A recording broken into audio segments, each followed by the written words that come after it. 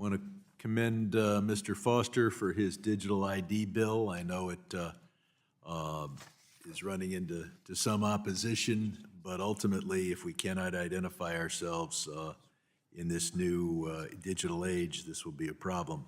And I also commend him for leading a letter asking that the FSOC look at the financial risks of an AI bubble. Ms. Monfort, do you see signs of an AI bubble out there? So respectfully, I'm not a market analyst. Okay. I'm responsible for risk and compliance. Thank you. So But you are from Google, and there's someone else who works at Google, Gray Kurzweil. I think he was once your chief technology officer. And he was before the science committee some 22 years ago. And I asked him how long it will take for non-biological intelligence to surpass human intelligence. And his estimate then was 26 years. So we're almost there. First of all, you hire very smart people, because to predict something and to be that close, we're spending trillions of dollars as a species to make AI more powerful. I cannot find a program anywhere in the world, and I'd support it if I could find it, designed to monitor and prevent self-awareness and ambition, to determine what can be done to prevent AI from developing its own objectives, which I think would be hostile to ours. There's a book, you may not have to read the book, great new book coming out, it just came out. It says if anyone builds it, everyone dies. Do you have a department, do you have a budget for monitoring for preventing self-awareness, ambition, or AI creating its own goals?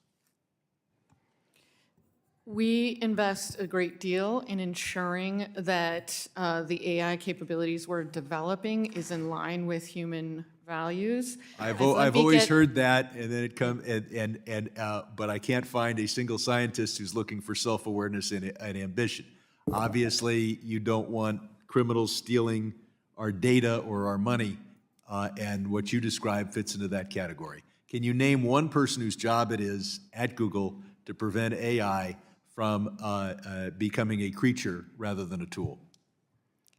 So let me get back to you. We do have researchers that are heavily invested in this topic, so if I can get back to you, it is not my area. Please get back to me, because I have not been able to find anyone, and then you ask about these issues and you get these vague align with our goals, and the goal usually is, well, look, we can make trillions of dollars by making AI more powerful, and there's no money in preventing AI from taking over the world.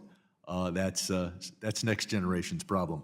One problem we have, and I'll feed you one more question, is AI doing its analysis and then reflecting the discrimination that has existed in our society for many centuries. For example, you could say if somebody grew up in a particular zip code, they're more likely to default on their rent.